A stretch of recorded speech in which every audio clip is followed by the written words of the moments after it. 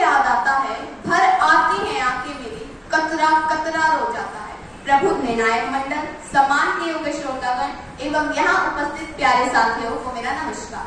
आतंकवाद विषय में नाव की तरह है जो हमें समय समय पर टसका रहा है।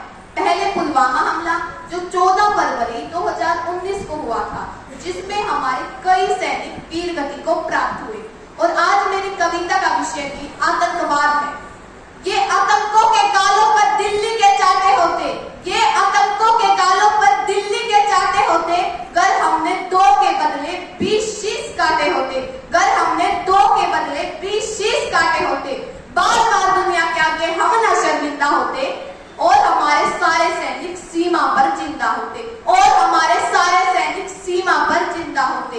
ये कैसा परिवर्तन है खुददारी के आचरणों में, सेना का सम्मान पड़ा है चरमपंथ के चरणों में। किसका खून नहीं खोलेगा सुन पढ़कर अखबारों में, सिंहों की गर्दन कटवा दी चूहों के दरबारों में, सिंहों की गर्दन कटवा दी चूहों के दरबारों में। बार बार की गद्दारी को भारत क्यों सह जाता है?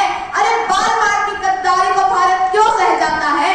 ज्यादा संयम भी दुनिया में कायरता कहलाता है, ज्यादा संयम भी दुनिया में कायरता कहलाता है। हमने 78 साल खो दिए शेर का पोत उड़ाने में, खूनी पंजों के गीतों को गायत्री समझाने में। भैंस के आगे बीन बजाना बहुत हो चुका, बंद करो।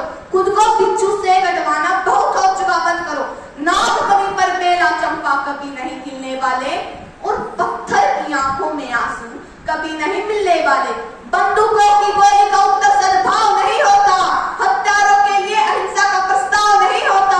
कोई विषधर कभी शांति के बीज नहीं बो सकता है, और भेड़िया शाकाहारी कभी नहीं हो सकता है।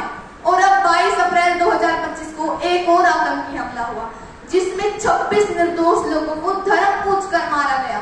वे तो केवल कश्मीर के पहलगाम में घूमने के लिए आए थे, लेकिन कुछ क्रूर आतंकवादियों ने उनकी जान ले ली। अब बहुत हो चुका, अब हमें बैठ के विचार विमर्श और निंदा आदि शब्दों का दिखावा नहीं चाहिए।